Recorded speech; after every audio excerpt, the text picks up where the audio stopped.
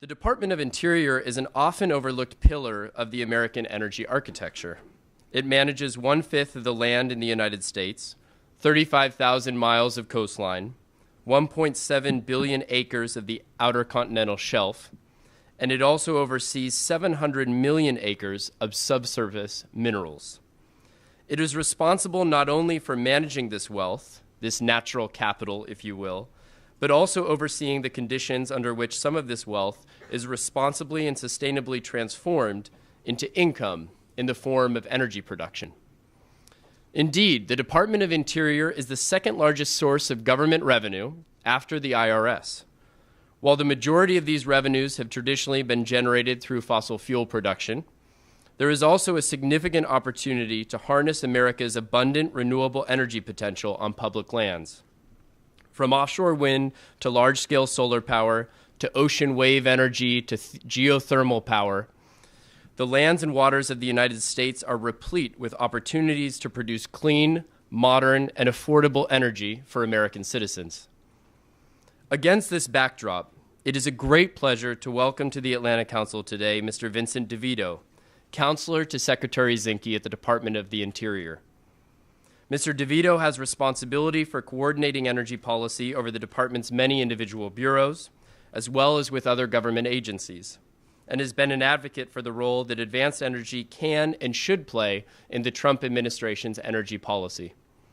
He previously held several senior leadership roles at the U.S. Department of Energy and in many state energy offices.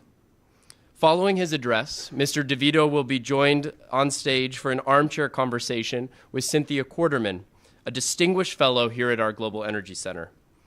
Ms. Quarterman has served in key leadership roles in the Department of Transportation and the Department of the Interior, including serving as former director of the Minerals Management Service in the Clinton administration. I can think of no one better to lead a pragmatic and frank conversation on the role of advanced energy across American lands and American waters. So, without further ado, it is a pleasure to welcome to the podium Mr. Vincent DeVito. And one of the things that we're promoting in terms of the energy dominance strategy, it's domestically produced, is offshore wind.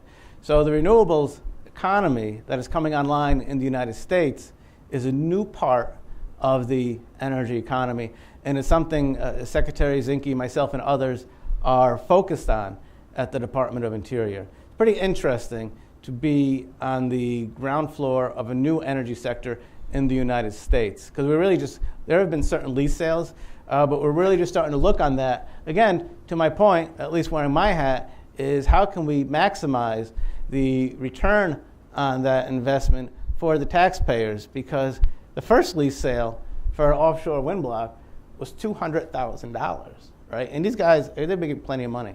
And the one after that was in New York, shortly after that, was like $40 million. And we're going to be doing some more lease sales, and there's already interest in it. But I can't wait to see, how much money the taxpayers are going to be making off these blocks that we put up for bidding, because this whole component of the offshore wind industry hasn't really been fully explored before in the United States. So it's really thrilling, to be part of this advanced technology. And talk about advanced technology. These are 9-megawatt turbines. Holy mackerel! Which I thought, quite frankly, I thought that was prototype or a concept. No, they're actually producing them, right? So this is the technology that's being brought stateside. And so our role in all that is to encourage that technology by creating a pipeline, a supply chain, because that will end up being, these are too large, these are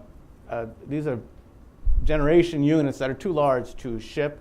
So that means jobs in Norfolk or New Bedford, wherever they end up doing it.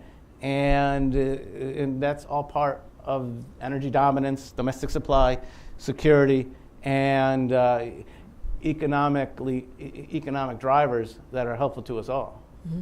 Now, I know you went to Denmark and saw their technology, and they really are leaders in the offshore wind area. What did you take from them to bring back to the United States, and how will you put that into regulatory law here? I took back a lot. So I'm a reluctant traveler. I mean, we all do a lot of traveling. And, several stakeholders insisted, I got to go to Copenhagen, I got to go check this out. And I was like, oh my gosh, I'm going to go to Denmark and big time suck. I mean, we know the drill, and who needs to do that? And anyway, I was convinced to go, and I'm so glad I did. I got so much more from that trip than we have busy day lives, we have family lives, so we condense a lot in these trips. These are we do a lot in a short amount of time on these trips. And that particular trip, I extracted so much knowledge and information. And I think when I came back, you can see the shift in the federal government at the Department of Interior from which has traditionally been, I think, dragging its feet a little bit on the offshore wind program to quicking it and developing that pipeline so that we can see jobs in the future in that sector. But my takeaway, I think, from a bureaucratic or process sense, was the one-stop shop that their energy ministry has. So that's one of the reasons we're doing that at Interior, is because of what we learned there. But kind of, again, more communicating with some of the other agencies. The Department of Defense also has this as well. The Department of Interior doesn't have it, but we are developing that as we speak. So that was one of the other takeaways. And the other takeaway primarily was, if you go over there and you see the manufacturing/shipyard site where these turbines are being made and these blades are being manufactured, there's a lot of white hats going around. So you could see the opportunity for real jobs that we don't have in this country yet that could come over here. So I came back being maybe somewhat of a skeptic. My law practice was built on renewable energy, starting in around 2008. And so I know everything about it, but the offshore wind stuff, having been in Boston and seeing the Cape Wind, the way that played out, I was as skeptic as anybody, which may have been my reluctance too to go do the travel to Denmark. But boy, am I glad that I did, because everything's changed in my head.